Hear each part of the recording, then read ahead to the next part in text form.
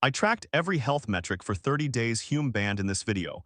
I'm sharing what you can realistically learn from wearing the Hume band every day for 30 days, including sleep, heart rate, HRV, recovery, blood oxygen, activity, skin temperature, and the newer wellness insights.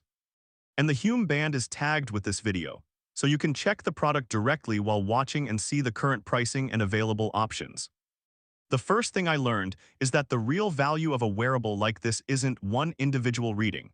It's the patterns that start appearing after wearing it consistently for days and weeks. The Hume Band 2 continuously tracks metrics including heart rate variability or HRV, blood oxygen, skin temperature, activity, sleep stages, strain, and recovery. The Hume app then turns that information into broader wellness and longevity-focused insights. During a 30-day test, sleep is one of the most useful areas to watch.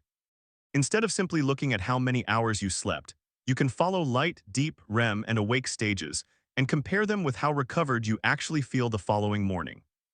Independent testing has found Hume's overall sleep duration reasonably close to Apple Watch results, although nighttime awakenings and some other measurements weren't always detected as accurately. HRV and resting heart rate become more interesting when you stop judging individual days. For example, after poor sleep, unusually hard training, travel, or increased stress, you may see changes in your normal trends. The goal is to learn your personal baseline rather than compare your numbers with someone else's. Hume also combines sleep, recovery, and daily strain into its metabolic capacity and other longevity-focused insights. This is where the experience differs from a traditional step counter. Hume is trying to show how your habits relate to recovery and longer-term wellness rather than simply celebrating activity goals. The Hume Band 2 also introduces blood pressure trend functionality. This is interesting, but I would treat it as supplementary wellness information rather than replacing a validated upper arm blood pressure monitor. Independent reviewers similarly caution that the Hume Band isn't a clinical tool. Accuracy isn't perfect across every metric either. Recent independent testing found inconsistencies in measurements such as heart rate and step tracking.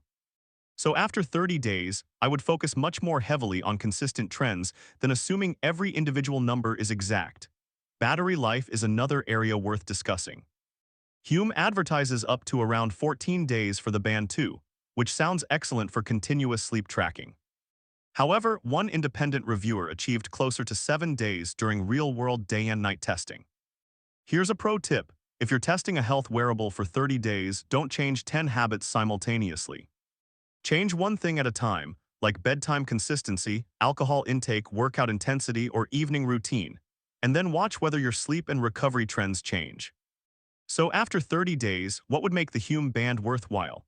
It isn't necessarily discovering one magical health number.